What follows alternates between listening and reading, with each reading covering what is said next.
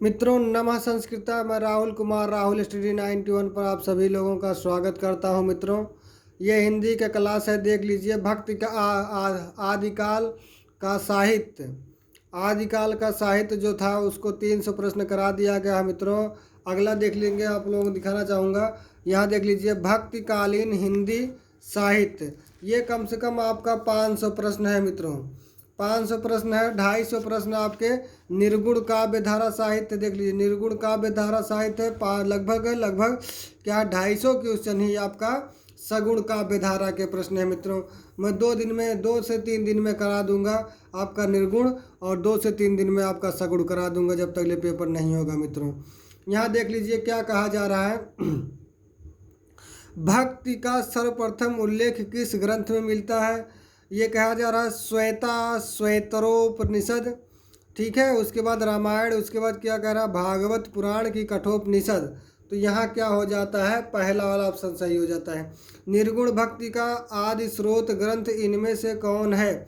निर्गुण अगर जो देखा जाए तो यही है मित्रों, क्योंकि निर्गुण के अंतर्गत यही बताया जा रहा है। भक्ति आंदोलन को ईसाई धर्म के प्रभाव स्वरूप विकसित माना जाता है। किसके द्वारा विकसित माना जाता है? तो जॉर्ज अब्राहम ग्रियर्सन के द्वारा। शिव किस भाषा का शब्द है? अर्थात शिव किस भाषा का शब्द है? तो तमिल भाषा का शब्द है। मित्रों शिव जो है किस भाषा का शब्द है? तो तमिल भाषा का शब्द है। शिव किस भाषा का शब्द है? तो मित्रों तमिल भाषा का शब्द है। अगला देख लीजिए क्या कहा जा रहा है। भक्ति शब्द का, यहाँ क्या कह रहा है, भक्ति शब्द का विकास किस धातु से हुआ है? तो यह भुज धातु से हुआ है। भक्ति भज वज नहीं बताएंगे मित्रों, क्या बताएंगे? भुज बताएंगे। लेकिन भुक्ता हो जाएगा मित्रों, भुक्ति हो जाएगा। ये क्या हो जाएगा? भज हो जाएगा। स्वक्षम्यता, हम क्षमा चाहते हैं आप लोगों से, क्योंकि एक गलती से बाहर हो सकते हैं, एक गलती से आप छट भी सकते हैं। भक्ति भावना का विकास दक्षिण के आलवार वैष्णव भक्तों से मनाने वाले आलोचक हैं। भक्तों से मनाने वाले आलोचक कौन हैं? तो आपके आचार्य हजारी प्रसाद द्विवेदी जी हैं। अगला क्या, आचार्य रामचंद्र शुक्ल ने भक्ति काल का समय निश्चित किया है। कहाँ से कहाँ तक निश्चित किया है मित्रों? तो आप जानते हैं 1375 से 1375 से 1700 तक, 1375 से 1700 तक माना गया है। दक्षिण भारत से उत्तर भारत में भक्ति को प्रचारित जो कर दिया गया है, करने का श्रेय किसे जाता है? तो यहाँ जानते हैं 8वें का क्या हो जाता है, रामानंदाचार्य जी को है। आगे क्या, सामान्यतः भक्ति काल की कालावधि मानी गई है। सामान्यतः अगर जो देखा जाए तो आप लोग क्या बता सकते हैं, 1350 से 1650 ईस्वी तक। अपने पौरुष मतलब कठोर होता है, अपने पौरुष से हताश जाति के लिए भगवान की शक्ति और करुणा की ओर ध्यान ले जाने के अतिरिक्त दूसरा मार्ग ही क्या था? कथन किसका है?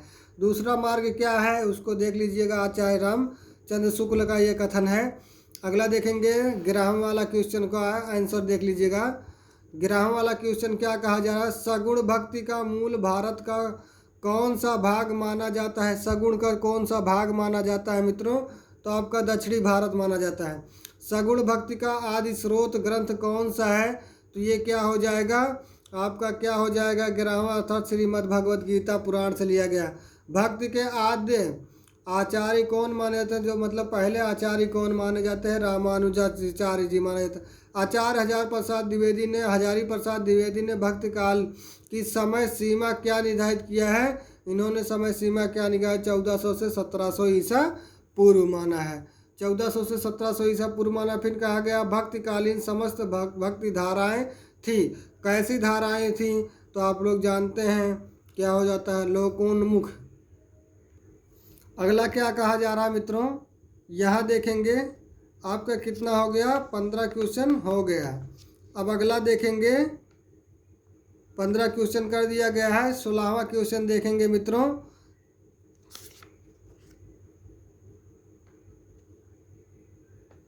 हाँ 16वां क्वेश्चन देखेंगे मित्रों। मुझे संदेह था, यहाँ भक्ति काल से तात्पर्य है। भक्ति काल से क्या तात्पर्य है? तो आप जान जाएंगे 16 का क्या हो जाएगा, खा। जब भागवत धर्म के बारे में बताया गया है तो वही हो जाएगा। 17 देखेंगे, भक्ति काल के प्रारंभिक अवधि में उत्तर भारत पर शासन किसका था? तो उत्तर भारत पर अगर देखा जाए शासन किसका था, तो 17वां क्या हो जाता है? मोहम्मद बिन कासिम का। मोहम्मद बिन कासिम का था आपका। फिर अगला देख लीजिएगा क्या कहा जा रहा है, प्रस्थानत्रयी में परिगणित किए गए हैं। प्रस्थानत्रित में कौन सा किया गया है? उपनिषद का किया गया कि क्या किया गया है? तो यही जान लीजिए, उपनिषद और गीता में को किया गया है, और ब्रह्मसूत्र को। ब्रह्मसूत्रों की रचना करने वाले कौन थे? तो आपके कौन है? वादरायण हैं। वादरायण जी हैं। कौन है? वादरायण जी हैं। अगला देखेंगे, प्रस्थान चतुष्टयी में उपनिषद, ब्रह्मसूत्र तथा गीता के साथ चौथा ग्रंथ कौन सा है? गीता के साथ चौथा ग्रंथ अगर जो देखा जाए तो कौन सा मिलता है? तो भागवत पुराण मिलता है मित्रों। क्या मिलता है? भागवत पुराण मिलता है। उसके बाद आगे बढ़ते हैं, आगे तुरंत हम बढ़ जाते हैं मित्रों। कौन सा क्वेश्चन देखते हैं? 21वां, आचार्य शुक्ल ने भक्ति काल को कितने भागों में बांटे हैं? तो आचार्य शुक्ल ने कितने भागों में बांट दिए हैं? आप जानते हैं, इसको 4 भागों में बांट दिया गया है। शंकराचार्य ने किस संप्रदाय की स्थापना की और उसमें पंच देवोपासना की व्यवस्था की है? देवोपासना की व्यवस्था की है तो स्मार्त संप्रदाय। श्री संप्रदाय के संस्थापक विशिष्टाद्वैत के प्रतिपादक आचार्य कौन है? मध्वाचार्य हैं कि वल्लभाचार्य हैं? तो आपके 23 के आगे बढ़ जाते हैं। इनमें से तो इसमें कौन होते हैं? निम्बार्काचार्य रुद्र संप्रदाय के प्रतिष्ठापक आचार्य हैं। रुद्र संप्रदाय के प्रतिष्ठापक आचार्य कौन है? 24 वाले का 24 वाले कौन है? विष्णु शर्मा है, विष्णु स्वामी हैं। याद है, ब्रह्म संप्रदाय के आद्याचार्य है तो मध्वाचार्य जी हैं ब्रह्म संप्रदाय के। निम्बार्क संप्रदाय, यहाँ देखेंगे, निम्बार्क संप्रदाय के आद्य आचार्य हैं। तो यहाँ आद्य आचार्य कौन है? 26 का क्या हो जाता है? जब निम्बकाचार्य कह दिया गया है तो यही हो जाते हैं। अगला देखेंगे मित्रों, अगला क्या कहा जा रहा है? 26वां क्वेश्चन। 26वां कहा जा रहा है, चैतन्य महाप्रभु किस संप्रदाय के संस्थापक थे? चैतन्य महाप्रभु किस क्या है? गौड़ी संप्रदाय के। राधा वल्लभ संप्रदाय के प्रवर्तक आचार्य हैं। कौन है? 28 के क्या हो जाता है? खा हो जाता है, हित हरिवंश। यहाँ देखेंगे, भक्ति काल को स्वर्ण युग सर्वप्रथम किसने कहा था? तो आप जानते हैं भक्ति काल को स्वर्ण युग किसने किया कहा था? George Abraham Grierson. George Abraham Grierson. अगला देखेंगे, अगला जो है आपका क्या है? यहाँ देखेंगे 30वां, विद्यापति को रहस्यवादी सर्वप्रथम किसने घोषित किया था? तो रहस्यवादी सर्वप्रथम देखा जाए तो जॉर्ज अब्राहम ग्रियर्सन ही घोषित किए थे। रामचंद्र शुक्ल ने सूफी काव्यधारा को क्या नाम दिया? तो सूफी काव्यधारा को क्या नाम दिया? तो आप जाते हैं प्रेमाश्रयी। प्रेमाश्रयी दिया गया है। अगला देखेंगे, अगला भी कहा जा रहा है, अर्थात 32, रामावत संप्रदाय के प्रवर्तन का श्रेय किसे दिया जाता है? तो 32 का क्या हो जाता है? घा रामानंद को ही दिया जाता है।